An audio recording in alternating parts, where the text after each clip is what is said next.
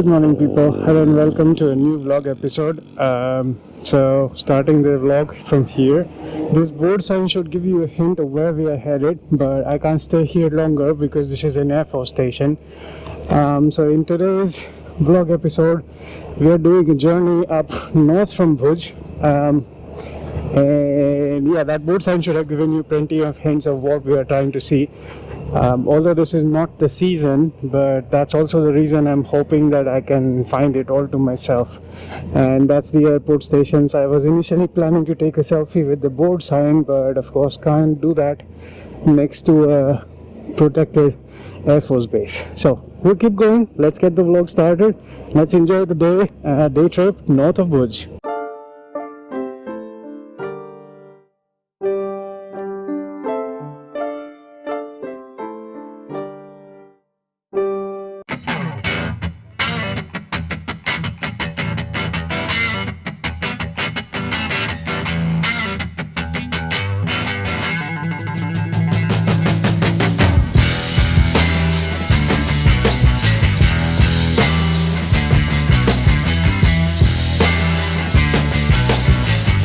This is an interesting place. There's an Air Force base, BSF camp, police station, jail. I'm not going to any of those places anyway. But anyway, so this is the place we're going to keep cruising for 20 kilometers. And since we've crossed the Air Force base, we stopped to take a selfie with it finally.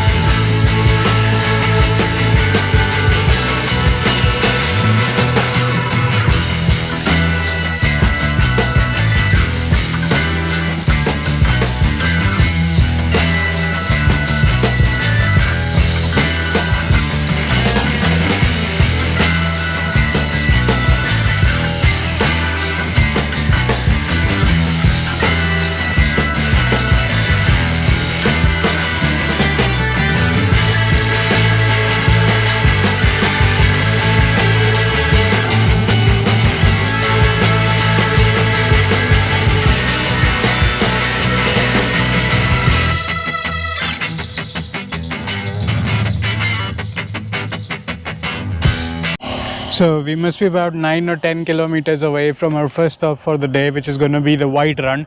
And along the way, I'm seeing a lot of these kind of homestay resort kind of settings.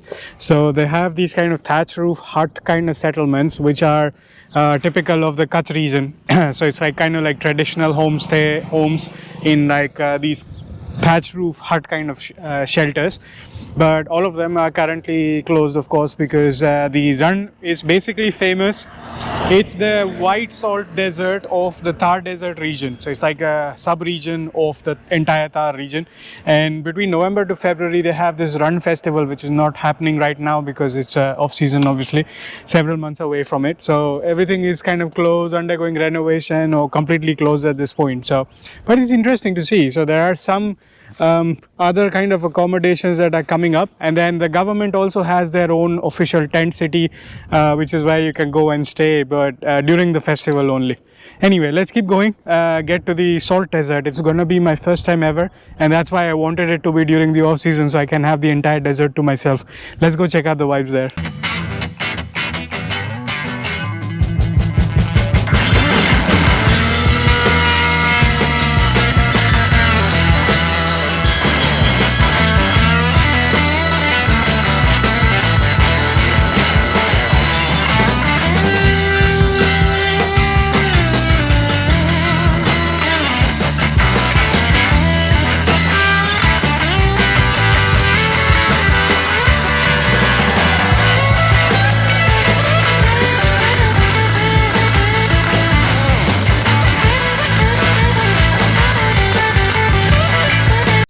Alright, so finally made it to the Rann of Kutch, largest salt desert. We're gonna walk around here, so this is as far as your vehicles go, and several kilometers before the spot there is a BSF checkpost where you have to have your IDs checked, and the commando there was super friendly. So we were chit-chatting, and he was asking like, why are you here during the off season? Right now you're not gonna see much. You could have come here between November to February and you would have seen the Rann of Kutch festival and whatnot. So I was explaining, like, at that time it also gets very pricey, and that's the peak touristic season, those 4 months. So not my style of travel. And he was laughing. He's like, yeah, fair enough. So I asked him, like, this is gonna be like tons and tons of salt. Do you want some for your camp to cook something? He says no, they have plenty. It was a fun, friendly chat. Now we're gonna walk around, and I want to see the salt desert up close. They do have a camel cart still here, even though it's not a touristic season, but I just prefer walking around.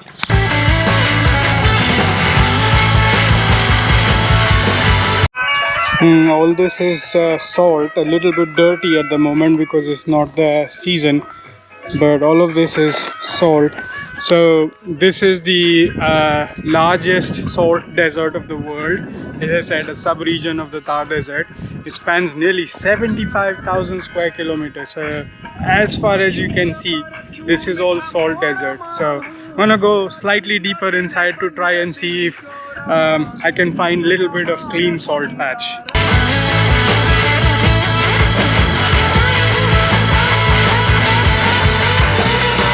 Been walking around for a little bit. Nice and windy. For some reason the sun isn't scorching hot even though it's 12 noon. But the salt patches are mostly dirty because they have been here for a while. I think the way it works is after the rainy season there is a fresh layer of salt deposited, and then after that during the winters there would be the Rann festival, which is when you're gonna see like fresh powdered layer of salt, which would be interesting. Right now it's more like this old ice, so it's like a little bit dirty and hard, but at least it's a nice and unique experience because I guess during the festival there would be a whole lot more people here, and a whole lot more to do as well. But for now, just enjoying a nice and easy stroll around here, and then we'll be on the way to Kalo Dungar, which is the Black Hill, as our next stop. I was just about to leave, but there are these horse riding people and camel ride folks. They told me that this got very dirty because it rained yesterday. So on the way back from Lakhpat and stuff, when I was riding back, it started raining and even I got drenched. But it rained for a little bit, but that's why it is super dirty now. But they say deep down where they're doing this camel ride and horse ride, there is still a patch where there is still white salt. So if you go in there, you can still get good photos and videos. So I'm just gonna walk that far deep into the desert and try take a good photo.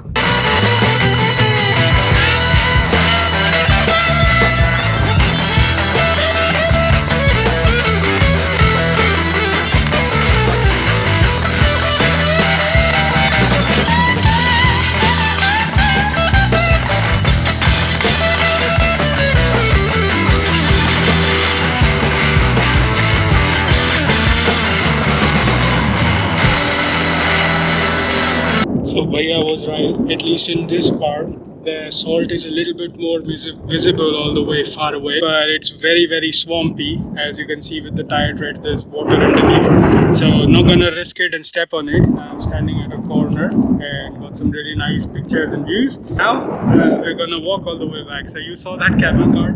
There was a big family that used that to get over here, and when they saw me that I walked all the way here, they were a little bit surprised, and I was like, yeah, I like to do things a little bit adventure. It wasn't a very long walk, and the wind is, I wouldn't say cold, but cool enough that the sun doesn't hit you directly. So anyway, that was it for the massive Rann of Kutch, the largest salt desert in the world. Now I'm satisfied. I'm going to the next destination.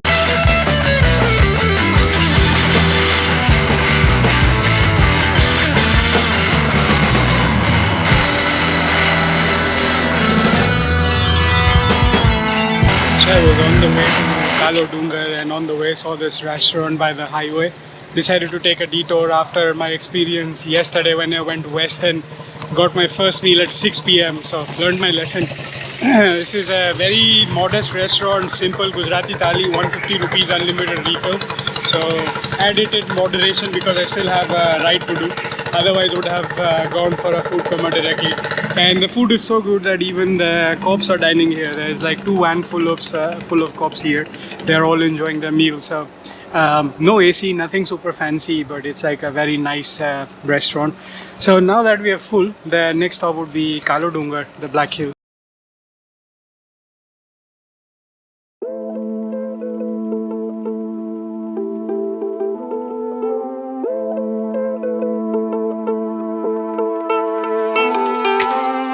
So we are just a few kilometers from the Black Hill, and along the way you come up at a magnetic zone point. There's another stone over there. The cool thing is we are starting to go uphill by itself. I'm not doing anything and I'm going backwards, which is super epic. I mean, if there was a car I would have done it for much longer, but I've never experienced something like this before. Wow, going backwards. See, the ignition is also off and I keep going backwards if I let go of the brakes. It's such an amazing natural phenomena.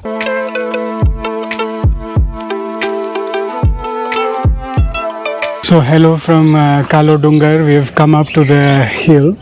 There is a Hanumanji temple over there first, so planning to do the darshan there, and then you can go up from here. There is a sunset point, which is the highest point of Kutch. I think it says 485 meters above the Rann, and I think you get a view of the Rann, the white salt part.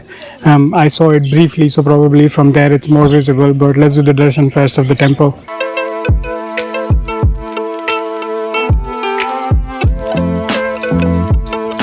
So the priest did confirm that there is this Hanumanji temple and then there is that viewpoint, and that's pretty much about it. This is Kalo Dungar, and I see some military vehicles up there, so have to be a bit careful about vlogging on the other side, but we should get a good view of the Rann from there.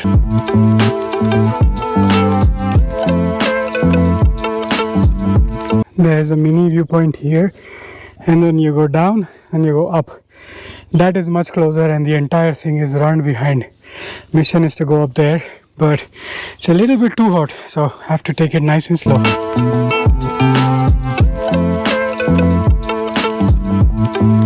Yeah, look at the untouched part of Rann.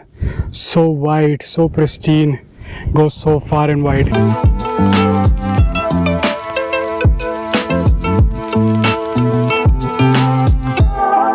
So I'm just 31 kilometers away from my next destination, which is Dholavira, and you can see from that board. So this road is soon going to become the road to heaven, a bucket list dream ride destination for many. There's likely going to be water on both sides, and then there's going to be this narrow road in the middle.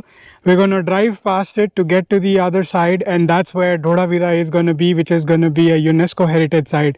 So this has been on my bucket list for a while, and I'm finally going to do the ride. So let's go there, and hopefully there's going to be a spot along the way where we can take nice pictures as well.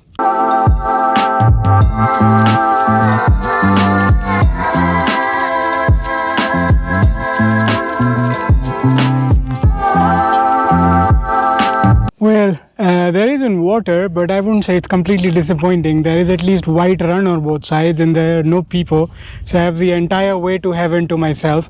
Still, I'm gonna take a few pictures and selfies and then we'll be on our way. Dholavira is just on the other side, probably 30 odd kilometers.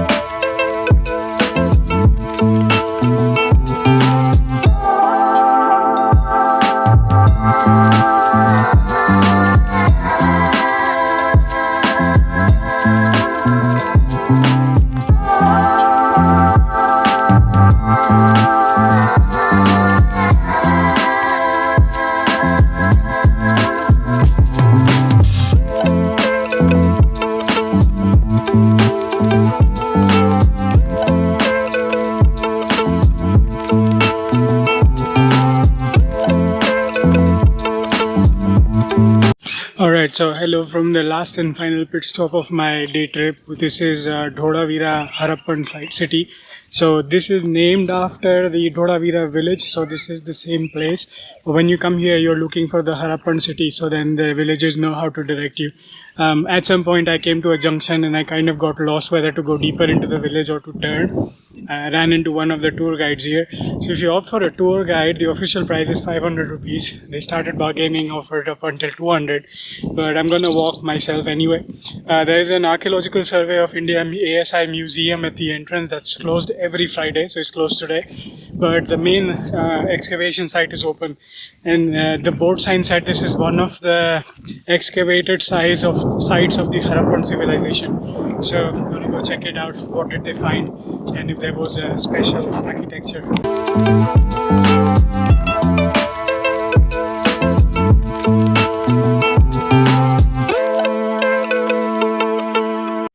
Yes, this is the typical Kutchi hut that I was showing you before. So they have thatched roofs on the outside. I guess this is bamboo sticks to give it support on the inside, and then this is naturally air conditioned. So even right now there's no fans or anything, and it's nice and cool. So they did have something similar in Mexico as well, and in most of the places where there is extreme heat, this kind of architecture stays naturally aerated.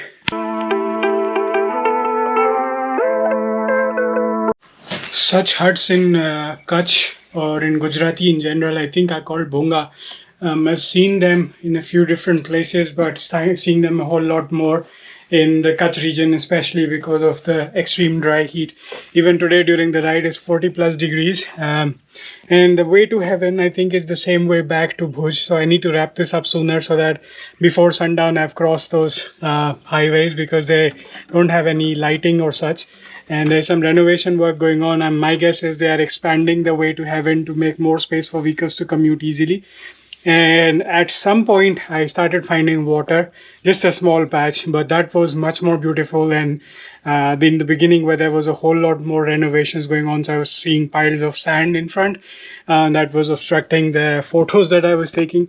And then further down, very close to Dholavira side, you see vast patches of salt. So if you want pictures with salt lake, with something else, you have a whole bunch of different angles. So that was really cool.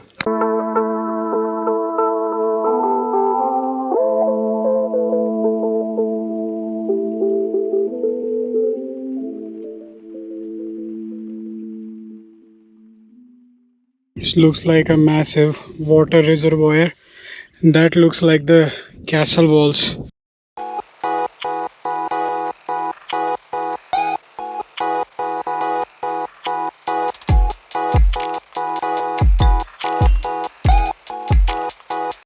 Wow, look at the depth of this reservoir. I think this one's more of a cascade reservoir, because after that there's also a part here with some holes in it, and then connects all the way over there. So seems like this is a multi-part reservoir on the south side, maybe multi-stage filtration process. But given the size of the Harappan city, I think this should be a good idea to store ample amounts of water to survive in here. So I guess they have multiple of these storage facilities on either side.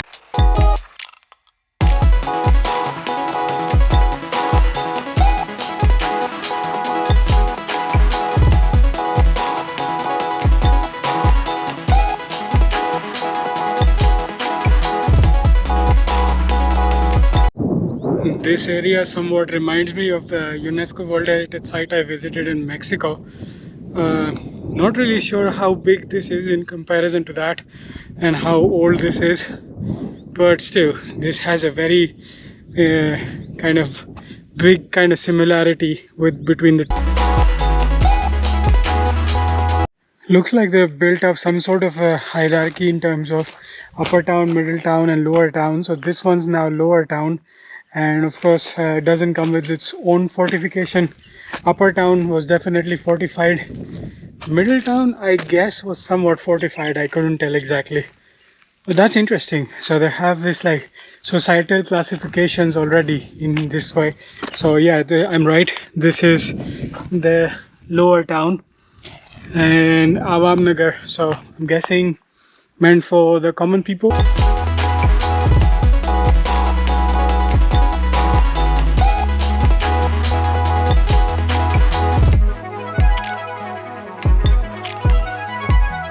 Alrighty, having seen a fair bit of this Harappan city, and given that it's 6 p.m., we have about 120 something kilometers all the way back to Bhuj. So it's going to take a good 2 hours or so, depending if I want to take a break or something in the middle. So I better start riding back so that I can cover some distance while the sun is still setting. I might catch some nice sunset shots along the way. Had a fun day out exploring northern part from Bhuj as a day trip, northern parts of Kutch. And in the next vlog, we'll be saying goodbye to Bhuj and moving on. Not saying goodbye to the Kutch region altogether, but because the next ride is very long, so we are kind of gonna go out of Kutch into a different region, almost close to the Rajasthan border. And explore another bucket list item there. But since I'll be driving so far away, there's no point coming all the way back. It would be a very tiring journey.